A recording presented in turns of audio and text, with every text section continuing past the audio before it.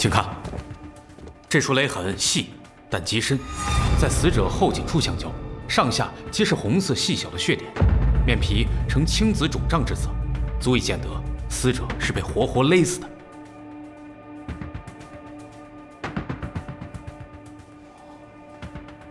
这徐和跟了九娘子，长进不少啊！是，得亏九娘子不吝赐教。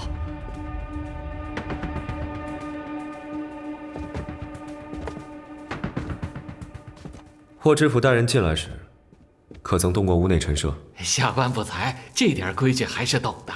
怎么世子殿下觉得有什么不妥吗？死者既是被活活勒死，死前应该拼命挣扎才对。可这屋里为何如此干净整洁？就连贴身侍女也没有听到任何的声音。会不会被迷晕了？可有什么发现？此处并非行凶之地，尸身是死后才被人搬抬至此，行凶人与这府上脱不了干系。九娘子如此推断，可有依据？这可事关秦府的声誉啊！人死后，尸身的受力和低垂处会形成血阴，1个时辰左右，从四肢开始发僵，3个时辰，全身便会僵硬。现下，死者的四肢虽已僵硬，但躯干尚且柔软。可见气绝不足3个时辰，应是于寅正与卯处之间遇害。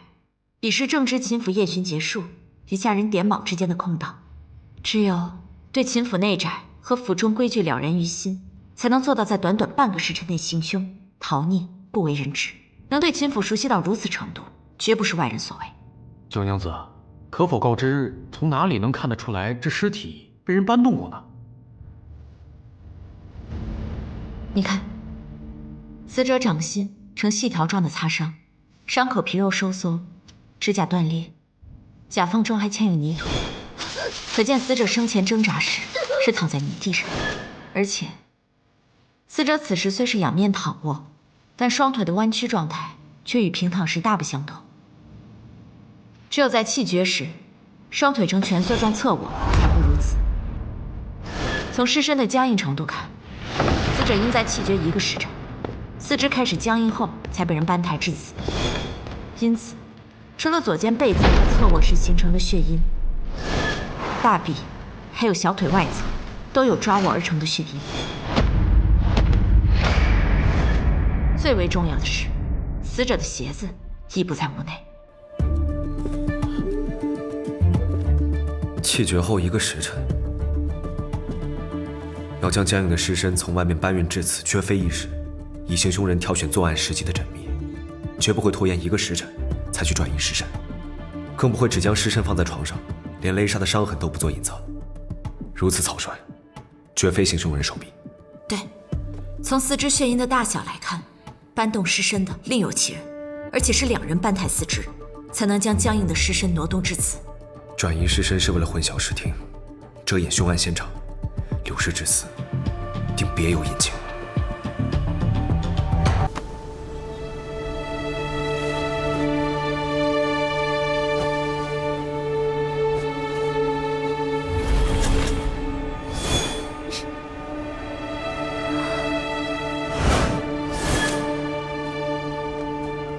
这是死者的手帕吗？上面可是她的针法。看针脚像是姨娘的活计，但姨娘嫌素白晦气，贴身东西从来不用这个颜色的。那为何将这帕子与死者的衣物埋在一起？这帕子是奴婢在给姨娘换衣服时，在她怀中发现的。奴婢心中慌乱，就一起埋了。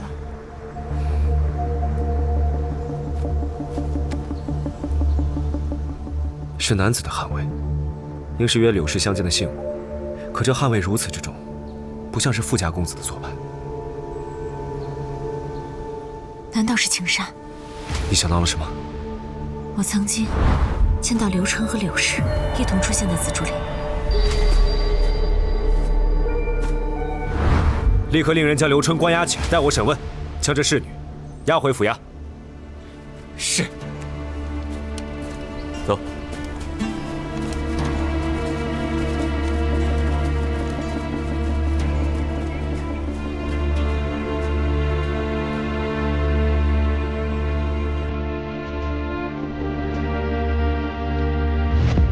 行凶人应是从背后拉住八姨娘，沿着这道拖痕拖至断腾处气绝。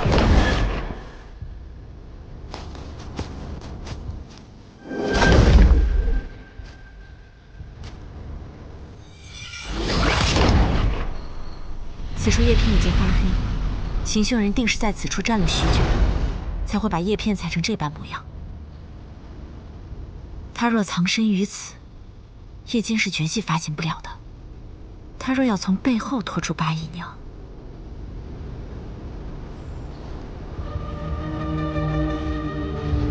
柳氏应在那个位置。这里枝叶繁茂，凶手现身时很难不发出声响。柳氏身在此处，听见背后传来异响，定会回头。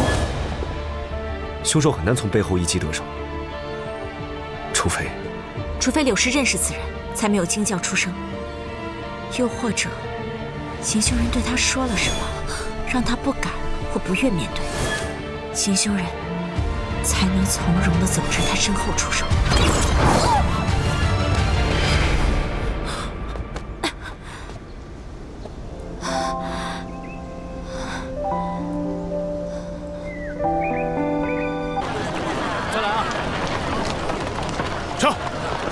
柳氏既已得了阳痿疮，可还能与人？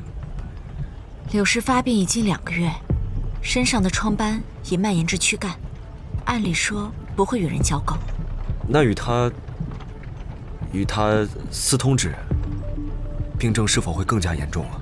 未必，有些身体强壮的人，即使染上这病症，也可自愈，甚至终生都不会发作。看死者身上的勒痕，行凶人力气较大，身体定神康健。我也命人对秦府所有男丁进行检验，不管病症发作与否，一定能查到蛛丝马迹。为何不等查到手帕的主人再进行验身？我们眼下的证据尚不能确定行凶人就是与死者私通之人，如此验身未免太……因为没有证据才要验身，彻查的阵仗越大，私通之人就越沉不住气，才容易露出马脚。这叫以扣实，查而后动。刑名之事与兵法不同，如此大张旗鼓的行事，对秦府影响甚大，难免有跋扈之嫌。若是秦府真的在意自己的声誉，当初就不会带你入草芥。他们如何待我，与此案无关。只是殿下是圣上亲命的提刑安察使，府一上任就如此行事，未免会落人口实。兵贵胜，不贵久。若能提早抓住真凶，落人口实又如何？死者未见其他伤痕，按压血印后，只有稍许褪色。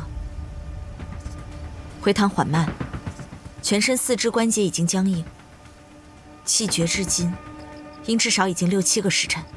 如此说来，刘琛是于八姨娘死后，于今日辰时，于4时之间被人勒杀于此。是。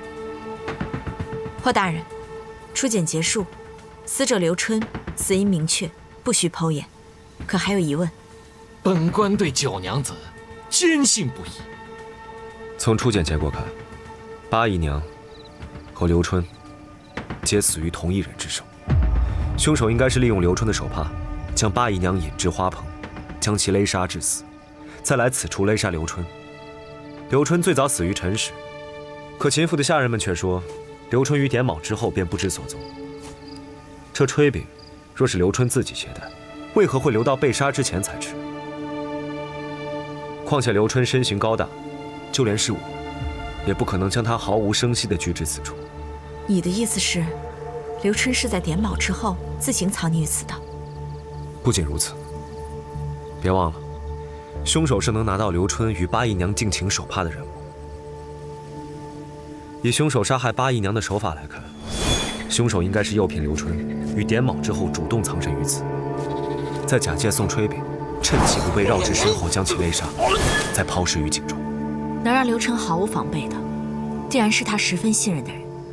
问题在于，行凶人行凶后，为何对井口未加恢复？就算是推不动石板，至少也应该把井口周遭的痕迹清除。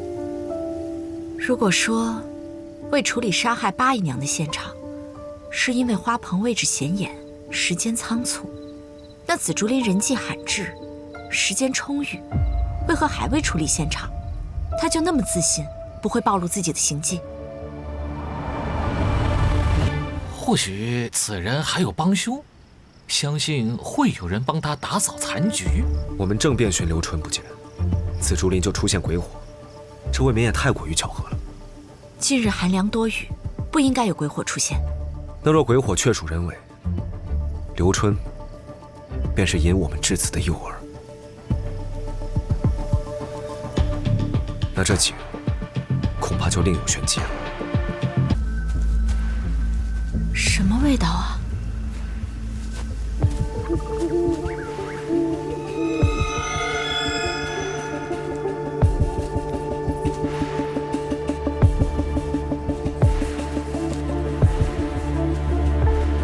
你闻闻，快闻啊！这味道不闻一会儿就散了。像是胡蒜的味道。是灵火燃烧的味道。灵火又被称作是鬼火，尸骨败坏后，人骨中的灵就会消解到空中，灵可见风自燃，颜色幽绿。因为经常出现在坟地旁，所以被人当作是鬼火，在道观和寻常药铺中均可买到。在深夜中燃烧，足以充当鬼火来护人。盘灵可假作鬼火，那巡夜人看见鬼火飞来飞去，就确属人为操控了。启禀殿下，九娘子，在几处树枝上发现白藕细绳，不知是作何用途，请殿下和九娘子前去查验。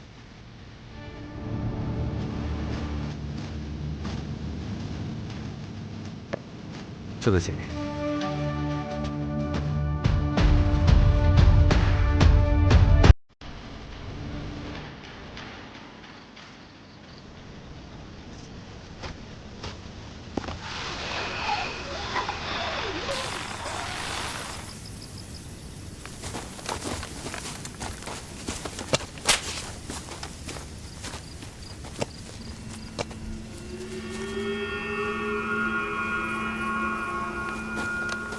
果然有胡蒜的味道。现在可以确定，有人把沾着白磷的棉花放在竹枝上，然后拽着绳子晃动竹枝，再配上些呜呜咽咽的哭声，好一出女鬼喊冤的傀儡戏。若非八姨娘之死，我们便不会追查刘春；若非下人们发现鬼火，我们未必会彻查紫竹林；若非在紫竹林的井中找到刘春的尸首，我们更找不到杨氏的遗骸。这些巧合当中必有关联。还有莲叶。根据行凶手法，我怀疑莲叶才是凶手杀害的第一人，然后才是八姨娘和刘春。莲叶应是在紫竹林里发现了凶手的模样，才被饿死抛尸在湖中。可莲叶为何会半夜来紫竹林？凶手又在紫竹林里做了什么？实在太多事都与紫竹林相关了。或许，这才是凶手真正的意图。这些事绝不可能以一人之力完成。不管主谋是谁，他既殚精竭虑地让我们找到了杨氏的遗骸，那杨氏之死，就绝对没有老夫人说的那么简单。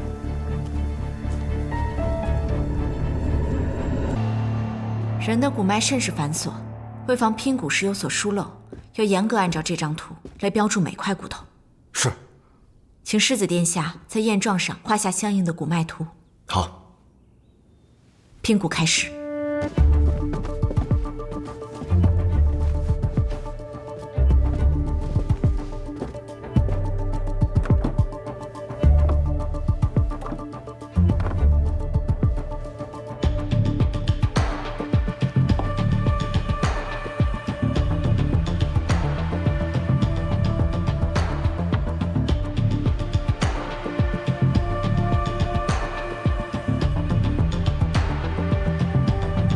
拼骨完成，开始记录。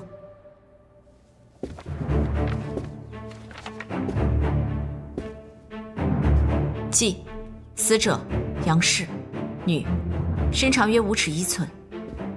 根据腿骨长度，年龄应在20至30岁。全身骨质色泽正常，表面光滑，无明显中毒痕迹。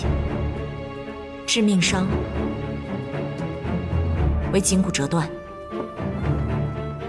头骨有明显伤痕，死者胸骨、四肢、均有不同程度的折损，死因应是高处坠亡。死者的耻骨上有多处明显凹槽，证明生前至少生育过1胎。可秦老夫人说杨氏只曾落过1胎。如果只是落胎，耻骨处不会有这种瘢痕。女子怀孕8、9个月，筋膜在耻骨连接处逐渐打开，分娩时完全打开，筋膜嵌入骨质中，才会在耻骨背后侧留下这种凹槽。可我此前在秦府从未听闻死者生前有过子女，难道子女都已夭折？看来我要再去会一会秦老夫人了。老夫人年长又善使心机，你问不出什么，但三夫人心性软弱，更易露出端倪。